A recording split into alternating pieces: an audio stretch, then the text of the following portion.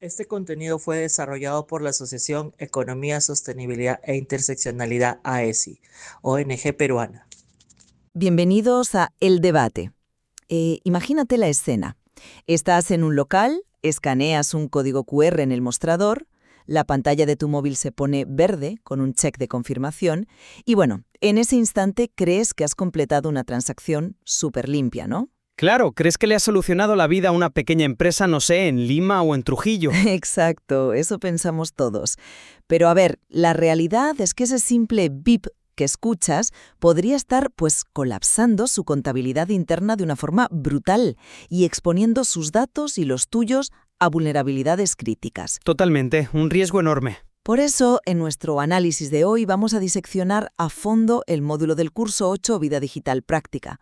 Nos vamos a centrar en cómo la gestión de citas y reservas choca o, digamos, converge con los pagos digitales. Y lo vamos a hacer mirando en exclusiva al ecosistema de Perú en este año 2026. Un ecosistema que, fíjate, a mí me resulta fascinante por la velocidad de adopción que tiene, pero a la vez es tremendamente crítico cuando levantas el capó y ves lo que realmente sostiene ese motor, ¿sabes? Sí, da un poco de vértigo. Ya te digo, estamos viendo un auténtico boom con plataformas como Yape o Plin integradas en cualquier tipo de comercio, y parece la panacea. Pero bueno, tú y yo sabemos que detrás de esa fachada visual, de ese código QR pegado en un cristal, hay un auténtico polvorín tecnológico. Entiendo por qué usas la palabra polvorín, porque, a ver, la escala asusta un poco, pero yo sinceramente lo veo como un hito de democratización sin precedentes. Democratización. Bueno, Sí, mi postura es bastante clara aquí. La automatización de la gestión de citas, sumada a la interoperabilidad financiera que hoy tenemos en Perú, ha creado un ecosistema sin fricciones.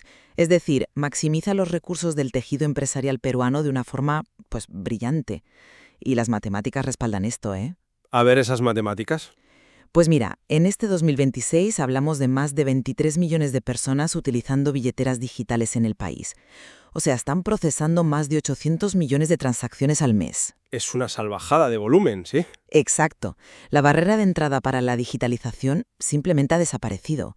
Y cuando integras estos pagos con las herramientas de reservas, estás solucionando el mayor cáncer del sector servicios, que es el famoso no-show, o como decimos más llanamente, que el cliente te deje tirado. Claro, el problema logístico de toda la vida. Eso es. En sectores como la salud o la gastronomía, que un cliente no aparezca cuesta entre el 15 y el 35% de los ingresos mensuales. Eso te quiebra una pyme.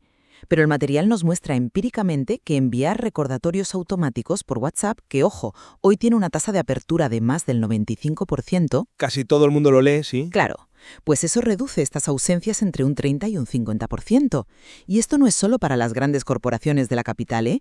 Vemos a empresas como Pardos Delivery que ya permiten hacer reservas superfluidas por web o app en ciudades clave: Lima, Piura, Chiclayo, Trujillo. Vamos, es un progreso muy estructurado. A ver, comprendo perfectamente el atractivo de esas cifras.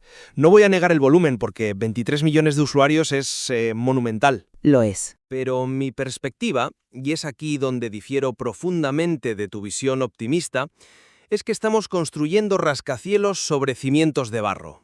Cimientos de barro. Sí, cimientos de barro. Basándome en los datos técnicos sobre el comercio electrónico en Perú que nos proporciona Traza Virtual, yo te diría que la superficie visible es comodísima, pero la base técnica es increíblemente frágil. Ya, pero Déjame terminar la idea. La aparente comodidad para el usuario final enmascara una falta de preparación arquitectónica muy grave en el backend, o sea, en los servidores que procesan todo esto. Pero a ver, ¿a qué te refieres exactamente con cimientos de barro? Porque al final del día el dinero llega a la cuenta del negocio. El dinero llega, vale. Pero, ¿cómo se registra? Integrar Yape o Plin en un sistema de reservas no es ni de broma poner la fotito de un QR en una web. Bueno, requiere configuración, claro. Requiere una arquitectura limpísima y reglas muy estrictas. Piensa en el lenguaje del servidor, pongamos PHP, como el portero de una discoteca.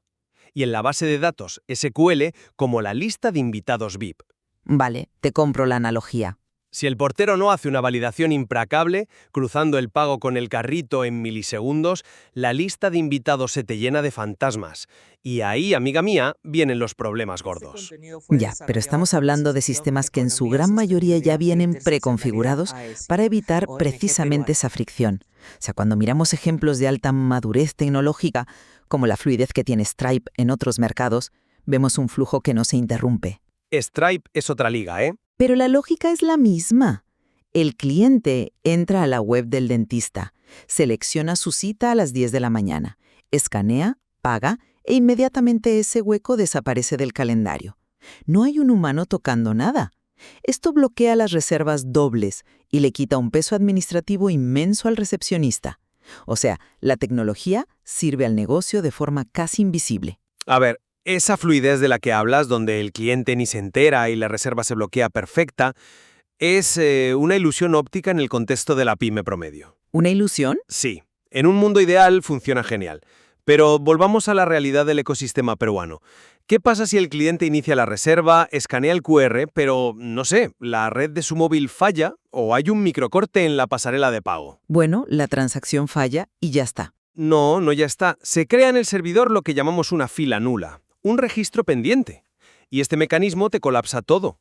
El sistema ya ha bloqueado la hora de las 10 asumiendo que el dinero venía de camino, pero el pago nunca llega a confirmarse en la base de datos. Bueno, a ver, esos son casos límite, los típicos edge cases del desarrollo informático.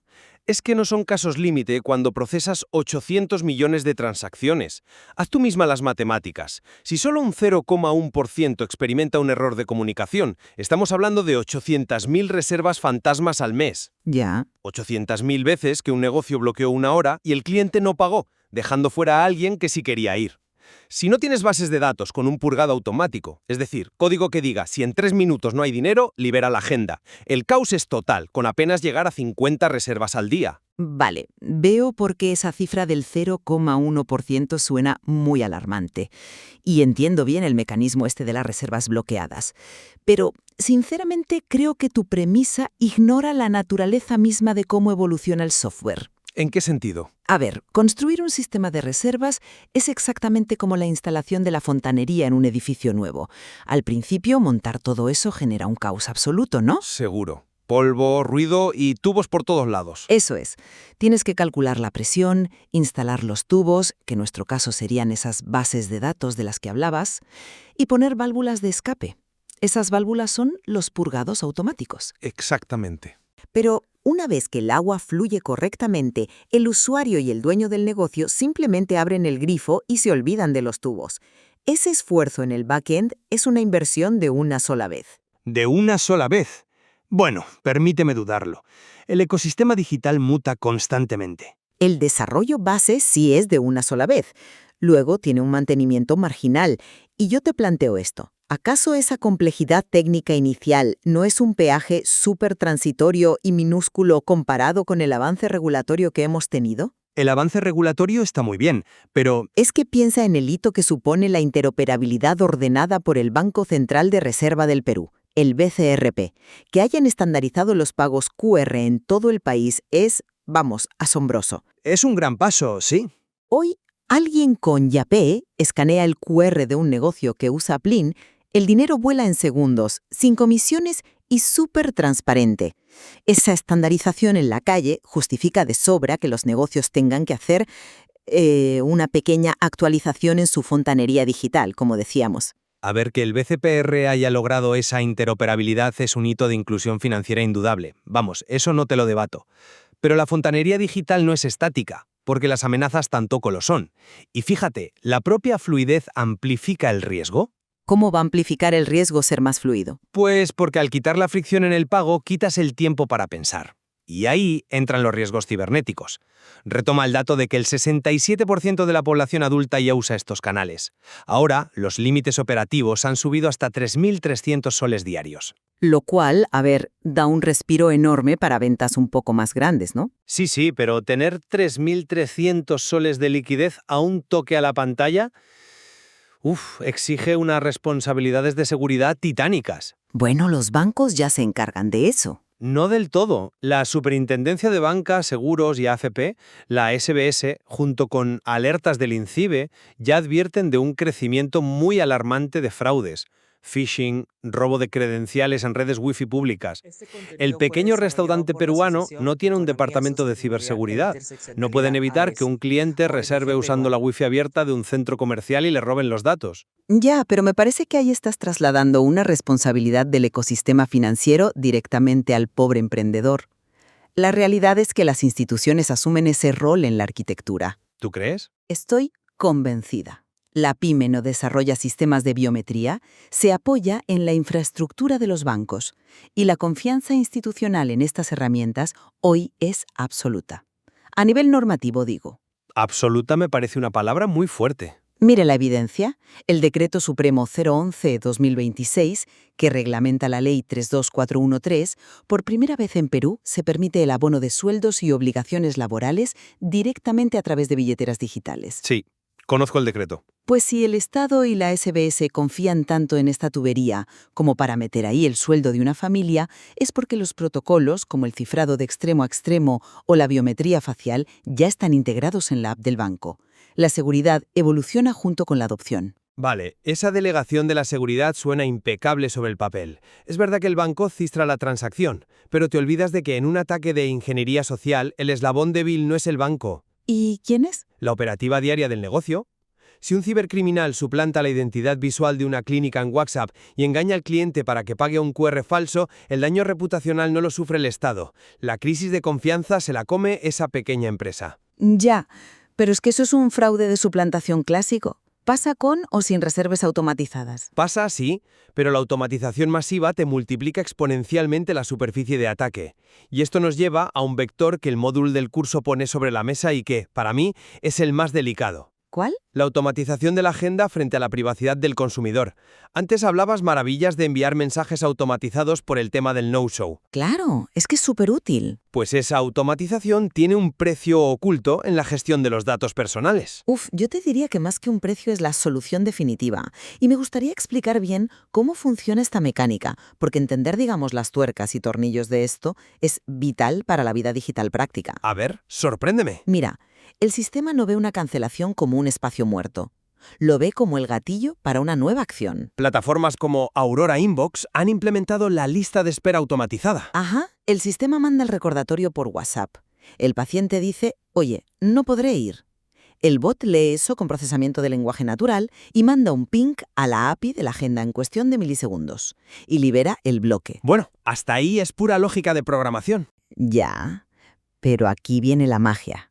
En milisegundos, el sistema cruza esa hora libre y lanza un mensaje en cascada a los 3 siguientes de la lista. Oye, se acaba de liberar un hueco a las 4, ¿te viene bien? Muy eficiente, sí. El primero que dice sí, se lo queda. Y si alguien responde algo muy complejo que el bot no entiende, pues lo pasa a un agente humano en el ordenador de la clínica. Es una coreografía perfecta. Y para el emprendedor peruano significa recuperar dinero que antes daba por perdido. Vamos, irremediablemente. A ver, te concedo que logísticamente la reasignación en tiempo real es una maravilla. Es fascinante cómo el servidor baila con la API de WhatsApp, ¿no? Totalmente. Pero esa misma coreografía introduce el vector de la privacidad, un terreno donde las pymes sinceramente suelen caminar muy a ciegas. Si miramos normativas internacionales como el RGPD europeo y las adaptamos a gestores como Reservio, exigirle el móvil al cliente y cruzarlo con su historial no es un juego sin reglas. Hombre, el material ya da por hecho que se usan plataformas legales. Sí, las plataformas pueden ser legales, pero el uso que se les da, a menudo, pues no lo es. Te explico por qué. La gestión del consentimiento tiene que ser súper explícita. Mandar un WhatsApp para recordar una cita es legítimo, es transaccional. Exacto, el cliente lo espera. Pero la línea es muy fina.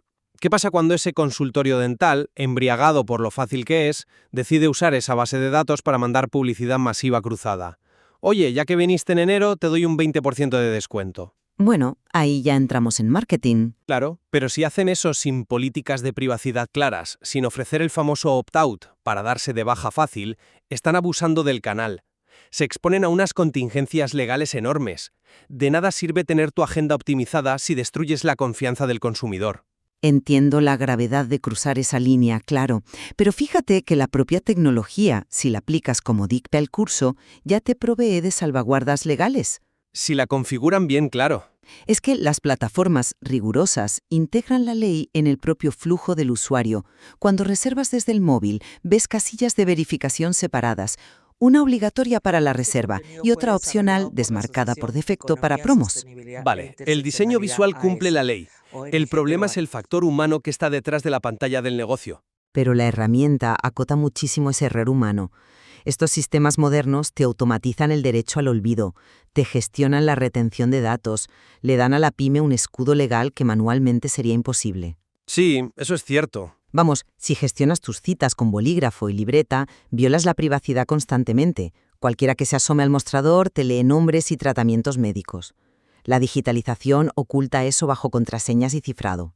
Bueno, a ver, nadie en su sano juicio te va a defender hoy la libreta de papel. Es un desastre para la confidencialidad. Te doy la razón.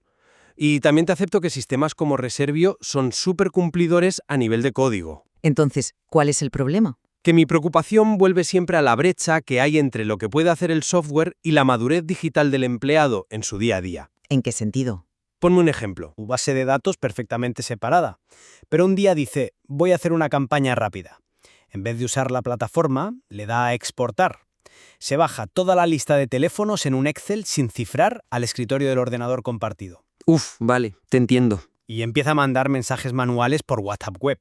En ese instante, toda la seguridad del BCRP, todo el cifrado y todas las casillas legales se derrumban por completo. Ya, el eslabón humano, claro. Exacto. La negligencia humana te anula cualquier backend por muy sofisticado que sea. Por eso te insisto tanto en que medir la madurez digital contando solo los 23 millones de usuarios que escanean un QR, pues es mirar solo el escaparate e ignorar por completo la trastienda. Bueno, la verdad es que esa divergencia entre mirar el escaparate y analizar la trastienda creo que define perfectamente el núcleo de nuestras posturas de hoy, ¿eh? Yo creo que sí. Hemos explorado a fondo las mecánicas de este módulo del curso y me parece un momento excelente para ir sintetizando. Desde mi enfoque, que se basa mucho en la evidencia del progreso, yo sigo sosteniendo que la convergencia entre citas y pagos es el triunfo definitivo de la vida digital práctica en Perú. Ya veo que no te bajas del barco. Es que las métricas no son un adorno. 800 millones de transacciones y reducir a la mitad las ausencias no planificadas son salvavidas económicos reales. Esa complejidad técnica de los servidores o las curvas de aprendizaje son fricciones transitorias. Es el peaje temporal hacia una eficiencia que antes, la verdad, solo tenían las grandes multinacionales. Bueno, es una visión respetable. Pero mi conclusión, tras diseccionar las tripas de estos sistemas, es que la arquitectura y la cautela deben ser los pilares de esto. Siempre cauto, ¿eh? Es que es necesario.